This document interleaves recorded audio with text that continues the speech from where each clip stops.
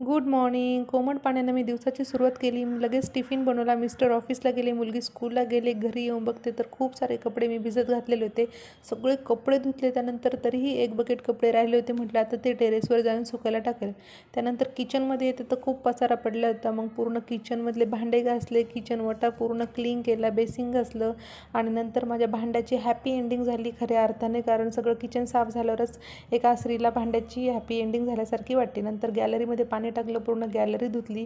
त्यानंतर आता छोटीलाच आवरलं, त्याला पण स्कूलला सोडायचं तर त्याचं आवरून तो पण स्कूलला चालला होता. घरी येऊन बघते तर आज मिस्टरांनी एक्स्ट्रा टिफिन दिल्यामुळं मला काही चपाती राहिली नव्हती. मग मी लगेच माझ्या स्वतःसाठी एक चपाती भाजली, पापड भाजला आणि नंतर स्वतःसाठी जेवायचं म्हणून वाढून घेतला आणि पहिले टी व्हीचं बटन दाबलं.